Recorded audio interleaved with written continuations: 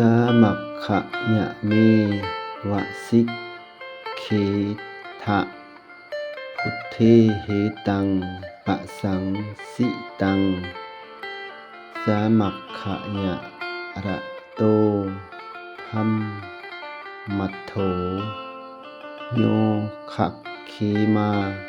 นะทังสติพึงศึกษาความสามัคคีความสามัคคีนั้นท่านผู้รู้ทั้งหลายสรรเสริญแล้ว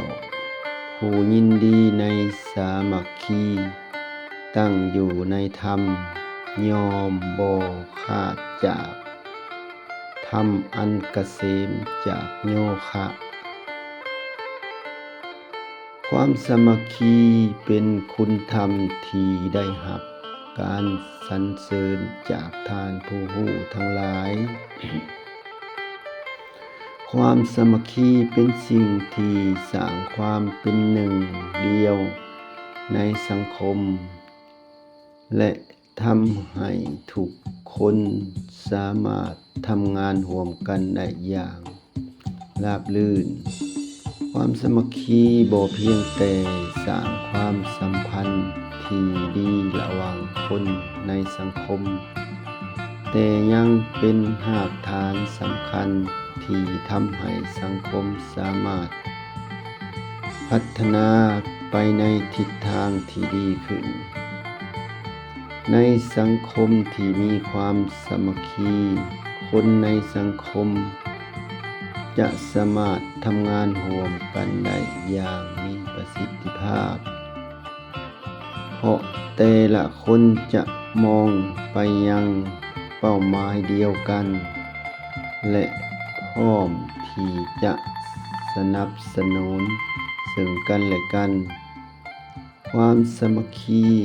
นี้บ่เพียงแต่สร้างความสุขและความสงบให้กับผู้คนแต่ยังเป็นการสร้างพลังร่วมกันเพื่อให้บรรลุเป้าหมายที่ยิ่งใหญ่กว่าเช่นการพัฒนาประเทศหรือการแก้ไขปัญหาทางสังคมการสร้างความสามัคคีในสังคมเริ่มต้นจากการเข้าใจและเคารพซึ่งกันและกันเมื่อคนในสังคมรู้จักที่จะยอมรับความคิดเห็นของผู้อื่นและพร้อมที่จะทำงานร่วมกันในฐานะเพื่อนมนุษย์ความสามัคคีจะเกิดขึ้นโดยธรรมชาตินอกจากนี้การสื่อสารที่ดีระหว่างกันยังเป็นปัจจัยสำคัญที่จะช่วยเสริมสร้างความสามัคคีในครอบครัวความสามัคคีเป็นปัจจัยสำคัญที่จะทำให้ทุกคนในครอบครัวอยู่ร่วมกันได้อย่างมีความสุขการที่พ่อแม่และลูกมีความเข้าใจและพร้อมที่จะสนับสนุนกันทำให้เกิดบรรยากาศที่เต็มไปด้วยความรักและความ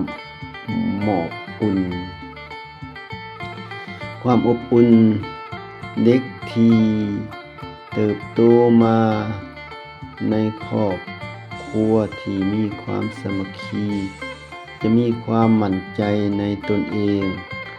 และสามารถเผชิญหน้ากับปัญหาในชีวิตได้อย่างมีสติเมื่อบุคคลมีความสามัคคีบ่ว่าจะในครอบครัวชุมชนหรือสมาคมใดก็ตามบุคคลนั้นจะมีความ